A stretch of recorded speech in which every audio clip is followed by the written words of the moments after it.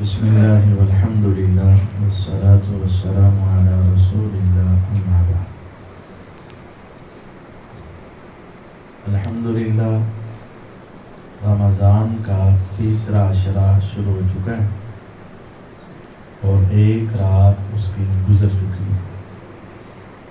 رسول اللہ صلی اللہ علیہ وسلم 11 مہینوں میں اللہ تعالیٰ کی خوب عبادت کرتے ہیں، لیکن 12ویں مہینے رمضان میں اس سے بھی زیادہ عبادت کرتے ہیں۔ 11 مہینوں کے مقابلے میں آپ کا رمضان خوب عبادت والا ہوتا ہے، اور 12ویں مہینے میں بھی 20 دنوں کے مقابلے میں یجتہد فی العشر الاواخر ما لا یجتہد فی غیرہ، آپ آخری عشرے میں وہ محنت کرتے جو پہلے 20 دنوں میں نہیں ہوتی تھی، یعنی آپ کے آخری عشرے کی عبادت پورے سال کی عبادت سے زیادہ ہوتی تھی۔ ہمارے اندر بھی الحمدللہ یہ تبدیلی آتی ہے، رمضان میں مسجد بڑھتی ہے جو عام حالات میں نہیں، تو 11 مہینوں کے مقابلے میں 12واں مہینہ عبادت زیادہ ہوتی، لیکن ہماری معتکفین ہوں یا عوام ہوں، عام سب کی عبادت میں رمضان کے اندر بھی فرق ہونا چاہیے کہ 20 دنوں کی عبادت جو ہے اس سے زیادہ عبادت ان 10 دنوں میں کی جائے، اور اس عبادت میں کچھ باتیں ذرا ان کا خاص خیال رکھا جائے۔ ایک یہ فَإِذَا فَرَغْتَ فَانْصَبْ وَإِلَىٰ رَبِّكَ فَارْغَب، اے پیغمبر علیہ السلام جب آپ فارغ ہو جائیں نا تو آپ اپنے آپ کو تھکا دیں، اور آپ اپنے آپ کو اتنی دیر کھڑا رکھیں کہ دیکھنے والا یوں سمجھے کہ گویا کہ آپ کو زمین کے اندر گاڑ دیا گیا ہے، اب آپ ہی ہل نہیں سکتے۔ معتکفین سے خصوصاً اور عوام الناس سے عموماً کبھی کبھی تو ہماری عبادت ایسی بھی ہونا کہ ہم بھی اپنے آپ کو تھکا دیں۔ ہماری کوشش یہ ہوتی ہے قاری صاحب ذرا سپیڈ مارو، تھک رہے ہیں ہم، نہیں، یہ کام نہیں ہونا چاہیے۔ کبھی کبھی اتنا لمبا قیام ہونا چاہیے۔ کیا یہ حدیث صرف سننے کی حد تک ہے علماء اور عوام سبھی، کہ رسول اللہ صلی اللہ علیہ وسلم اتنا لمبا قیام کرتے کہ کھڑے کھڑے آپ کے پاؤں سوج جاتے، اور ایک حدیث میں ہے کہ سوجنے ورم کی وجہ سے بسا اوقات پاؤں کے اندر سے خون رسنا شروع ہو جاتا۔ اور ایک صحابی ہیں فرماتے ہیں میں رسول اللہ صلی اللہ علیہ وسلم کو دیکھا کہ آپ رات کو نماز پڑھ رہے ہیں، میں نے کہا چلو میں بھی ساتھ پڑھ لیتا ہوں۔ میں بھی جا کے کھڑا ہوا، کھڑا تو میں الٹی جانب ہوا، آپ نے مجھے ایسے پکڑا اور دائیں جانب کر دیا۔ امام اگر اور مقتدی دو ہوں تو مقتدی دائیں جانب سیدھے جانب، تو کہتے ہیں حضور نے سورہ بقرہ شروع کر دی، تو میں نے سوچا کہ چلیں 100 آیتیں پڑھ لیں گے، 100 آیت سے آگے نکلے تو میں نے کہا 200 پڑھ لیں گے، 200 سے آگے گزرے تو میں نے کہا بقرہ پوری پڑھ لیں گے، بقرہ سے آپ آگے بڑھے تو سورۃ نساء شروع کر دی، میں نے کہا چلو یہی۔ کہتے ہیں آپ نے ساری سورۃ نساء پڑھ دی تو آپ نے آگے آل عمران شروع کر دی۔ میرے دل میں غلط خیالات آئے، یار میں چھوڑ دوں، لیکن رسول اللہ صلی اللہ علیہ وسلم نے آل عمران بھی ساری پڑھ دی، 5.25 بارے ایک رکعت میں محمد الرسول اللہ صلی اللہ علیہ وسلم نے پڑھی۔ ہم اتنا تو نہیں، لیکن کبھی کبھی ہماری کچھ ایسی نماز بھی تو ہونا کہ ہم بھی تھکیں۔ فَإِذَا فَرَغْتَ فَانْصَبْ، تھکاؤ اپنے آپ، سبھی تھکتے ہو 11 مہینے، رات کو شام کو آتے ہو تھک گیا محنت کر کے، تھک گیا مزدوری کر کے، تھک گیا آج بھاگ دوڑ کر کے، تمہاری خاطر بہت تھک گیا، لیکن کبھی کبھی ایسا بھی تو ہونا کہ رب کی خاطر تم تھک جاؤ۔ دوسری بات یہ ہے کہ اگر آپ کو زیادہ قرآن نہیں آتا تو آپ سورۃ اخلاص تو جانتے ہیں نا، کم از کم کوئی 20 مرتبہ 30 مرتبہ سورۃ اخلاص ہی پڑھتے جائیں۔ رسول اللہ صلی اللہ علیہ وسلم کی حدیث ہے، جو شخص 10 مرتبہ سورۃ اخلاص کی تلاوت کرتا ہے، بَنَى اللَّهُ لَهُ بَيْتًا فِي الْجَنَّةِ، اللہ اس کے لیے جنت میں ایک محل تیار کر دیتے۔ جس نے اپنا گھر بنایا ہے نا، اسے یہ بات بڑی اچھے طریقے سے سمجھ ہے کہ گھر بناتے ہیں تو لگ پتہ جاتا ہے۔ دنیا میں جب آپ اپنا گھر بناتے ہو تو لگ پتہ جاتا ہے، ساری زندگی کی جمع پونجی بھی لگ جاتی ہے، سالوں سال لگ جاتے ہیں، نیندیں تک اڑ جاتی ہیں، اور سارا دن محنت کرنی پڑتی ہے، اور تب بھی جا کر جب مکمل ہوتا ہے نا، کہتے ہیں کاش تھوڑے سے پیسے اور ہوتے نا۔ تو جنت میں اگر تم محل بنانا چاہتے ہو تو کتنا آسان طریقہ ہے، 10 مرتبہ سورۃ اخلاص کی تلاوت کرو، رکوع بھی لمبا کرو۔ وہ صحابی کہتے ہیں جتنا آپ نے قیام کیا نا، جب آپ رکوع میں گئے تو آپ نے رکوع بھی اتنا لمبا کیا جتنا لمبا قیام تھا۔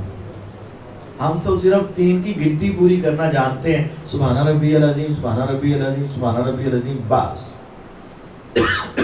نہیں، یہ رمضان کے آخری ایام کو غنیمت جان، خصوصاً یہ تم آگے ہو نا، یہاں تو تم جا تو سکتے نہیں ہو، تو کم از کم تم تو جو اعتکاف پہ بیٹھے ہو، تمہارا تو وقت اس لیے ایک روز کی ایک نماز، کوئی 2 رکعتیں تو کم از کم ایسی ہونا جس سے تمہیں یقین ہو جائے کہ ہم تھک گئے۔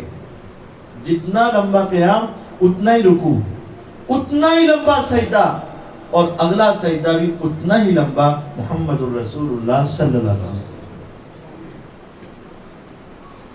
اور جب ہم نماز لمبی پڑھے نا تو پھر ہمیں نماز کا ساتھ ترجمہ بھی آنا چاہیے، نماز ترجمے کے ساتھ یاد کریں۔ ہمارے یہاں آنے سے ہمیں نماز ترجمے کے ساتھ کم از کم آنی چاہیے، اور ہمیں سمجھ کر پڑھنا چاہیے۔ اور جن لوگوں کو یہ خلوت میسر آ گئی ہے، یہ ان کی سعادت ہے، اس خلوت کو خلوت رکھیں۔ وَرَجُلٌ ذَكَرَ اللَّهَ خَالِيًا فَفَاضَتْ عَيْنَاهُ۔ نماز تو آپ پہلے بھی پڑھتے تھے، روزہ بھی آپ رکھتے تھے، قرآن کی تلاوت بھی آپ کرتے تھے، لیکن اعتکاف بیٹھنے کا مقصد کیا؟ اعتکاف بیٹھنے کے اوپر آپ نے یہ پردے کیوں لگائے؟ آپ تو پہلے بھی مسجد میں آتے تھے، لیکن لگانے کا مقصد یہ ہے کہ میں تنہا بیٹھ کر رب کو یاد کروں گا۔ جب آپ تنہا بیٹھنے کے لیے آئے تو بیٹھے بھی تنہا، پھر آپ اگر اندر سے باہر سارا وقت گزارنا ہے تو پردے کا مقصد کیا ہے؟ نہیں، اپنا وقت اپنے حجرے میں گزاریں، اور وہاں بیٹھ کر یہ تصور کریں کہ میں اپنے رب سے گفتگو کر رہا ہوں۔ وَرَجُلٌ ذَكَرَ اللَّهَ خَالِيًا، وہ شخص جو اللہ تعالیٰ کو تنہائی میں یاد کرتا ہے، یاد کرتا رہتا ہے، حتیٰ کہ ایک وقت آتا ہے فَفَاضَتْ عَيْنَاهُ، اس رب کے احسان یاد کر کے اور اپنی ناشکریاں یاد کر کے، اس رب کے انعام یاد کر کے اور اپنے گناہ اور نافرمانیاں یاد کر کے، جب وہ دیکھتا ہے کہ میرے اتنے گناہ لیکن اس کے اتنے احسان، پھر اسے اللہ سے حیا آتی ہے اور اس کی آنکھوں سے 4 آنسو برس پڑتے ہیں۔ فرمایا روز قیامت یوم تبدل الارض غیر الارض والسماوات، زمین بدل جائے گی، یہ زمین نہیں ہوگی، آسمان بدل دیے جائیں گے۔ وَبَرَزُوا لِلَّهِ الْوَاحِدِ الْقَهَّارِ، ساری انسانیت ایک میدان میں آ جائے گی، پاؤں میں جوتا نہیں، جسم پہ لباس نہیں، سر پہ کپڑا نہیں، ہوا کا ایک جھونکا نہیں، پوری انسانیت ایک میدان میں جمع ہے، اور ہر کوئی اپنے اپنے گناہوں کے بقدر اپنے پسینے میں ڈوبا ہے۔ کسی کا پسینہ اس کے ٹخنوں تک، کسی کا گھٹنوں تک، کسی کا ناف تک، کسی کا سینے تک، اور کوئی پورے کا پورا غوطے کھا رہا ہوگا۔ اور ایک وہ ہوگا جسے رب کہیں گے اے میرے بندے تو آ جا، یا رب میں تو، یا رب کدھر؟ میرا رب کہے گا آ جا، آج میں تمہیں اپنے عرش کا سایہ عطا فرماتا ہوں۔ آج تو یہاں نہیں کھڑا ہو، یا رب کہاں میں؟ اور کہاں تیری شان، کہاں تیرا عرش، اور میں یا رب یہ مجھے صلہ کس چیز کا ملا؟ فرمایا تو تنہائی میں بیٹھا، تیری آنکھوں سے نکلنے والے 4 آنسو، تنہائی شرط ہے، تنہائی میں بیٹھ کر تیری آنکھوں سے نکلنے والے 4 آنسو تیرے ہاتھ نے صاف کیے یا تیرے کپڑوں پہ گرے یا تیرے زمین پہ گرے، تو بھول گیا، لیکن تیرے اس آنسوں کی قدر یہ ہے آج 50,000 سال کے دن میں رب تمہیں اپنے عرش کا سایہ عطا فرمائے۔ آپ اپنے آپ کو ان تنہائیوں میں یہاں بٹھا کر اس چیز کا حقدار بنانے کی کوشش کریں۔ تیسری گزارش، 5 گزارشیں ہیں بس، تیسری گزارش یہ ہے کہ بھائی جو باہر کے ہیں نا، ان کو تنگ نہ کریں۔ یہ اپنے حجرے میں عبادت کر رہے ہوتے ہیں، اللہ سے باتیں کر رہے ہوتے ہیں، قرآن پڑھ رہے ہوتے ہیں، اور ہم باہر سے آ کر ان کو تنگ کرتے ہیں، ان کے حجرے میں چلے جاتے ہیں، ان سے باتیں کرتے ہیں، ان کا وقت ضائع ہوتا ہے۔ بڑی مہربانی ہے آپ ان کو خلوت دیں، تقویہ دیں، ان کو علیحدہ بیٹھ کر اللہ کی یاد میں مصروف ہونے دیں، آپ ان کو ڈسٹرب نہ کریں۔ اور 5ویں بات یہ ہے کہ یہ جو ہم نے اعتکاف بٹھاتے وقت کچھ شرائط بتائی تھی، ان کا آپ خیال رکھیں، وہ ہم نے پیچھے لگا دی ہیں، اگر آپ بھول گئے ہیں تو 1-2 مرتبہ ضرور پڑھ لیجئے گا، یہ آپ کے فائدے کی ہیں، ہمارے فائدے کی بھی ہیں، اور جو بھائی دوست احباب ہیں آپ سب ہمارے قابل احترام ہیں، لیکن ہمارے مہمان وہ ہیں جو یہاں بیٹھے ہوئے ہیں، اور ہم نے ان کی ذمہ داری اپنے اوپر لی ہے کہ آپ کو ہم سحری بھی دیں گے، افطاری بھی دیں گے، ہر قسم کا خیال رکھیں گے، کوئی آپ کو تنگی نہیں ہے۔ لیکن میرے پیارے بھائی جن کو پتہ نہیں ہے، بسا اوقات وہ مسجد میں بیٹھے رہتے ہیں، عبادت کرتے رہتے ہیں، لیکن جب افطاری کا وقت ہوتا ہے یا سحری کا وقت ہوتا ہے تو وہ شامل ہو جاتے ہیں۔ اب ہم ان کو اٹھا نہیں سکتے کیونکہ وہ بھی اچھے ہی ہیں، لیکن ہوتا کیا ہے، ہم نے انتظام ان کے اعتبار سے کیا ہوتا ہے۔ ہمیں تو نہیں پتا کہ آج 4 افراد بڑھ جائیں گے، آج 5 بڑھ جائیں گے، آج 50 بڑھ جائیں گے۔ الحمدللہ 125 کے قریب افراد اعتکاف پر ہیں۔ اگر ہر ایک کے ساتھ ایک بھی زیادہ ہو تو کتنے ہو جائیں گے؟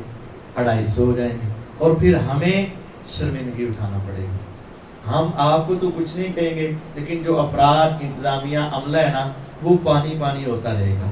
تو یہاں تو اگر ہمیں پہلے پتا ہو نا کہ بھی ہم نے ان کا انتظام کرنا ہے تو ہم انشاءاللہ کریں گے، لیکن جب ہمیں پتہ نہیں ہوتا تو پھر موقع کے اوپر وہ ایسا ٹائم ہوتا ہے، نہ سحری دوبارہ بنائی جا سکتی ہوتی ہے اور نہ افطاری کے لیے فوراً انتظام کرنا آسان ہوتا ہے۔ تو جو ہمارے بھائی ہیں جو بیٹھے ہوئے ہیں وہ ضرور افطاری سحری کیا کریں، جو باہر سے ملنے کے لیے آتے ہیں یا عبادت کے لیے آتے ہیں ان کی جناب میں گزارش ہے یا تو ہمیں کچھ پکا بتا دیں کہ بھی ہم یہاں کیا کریں گے تو ہم انتظام کر لیں گے، یا آپ خدا را ہمارے مہمانوں اور ہمیں جو ہے شرمندہ ہونے سے بچائیے گا۔ ہم نہیں چاہتے کہ ہم شرمندگی اٹھائیں، یا ہم نہیں چاہتے کہ ہمارے مہمان جو ہیں وہ بھوکے رہیں یا ان کو کوئی تنگی ہے۔ آپ اس کا ضرور خیال رکھیے گا۔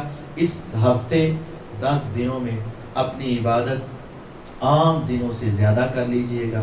رسول اللہ صلی اللہ علیہ وسلم 10 راتیں جاگتے تھے، کوشش کیجئے گا 10 راتوں کو جاگے۔ اللہ رب العالمین ہمارے اوپر رحم فرمائے۔ جزاکم اللہ خیرا، وآخر دعوانا الحمدللہ۔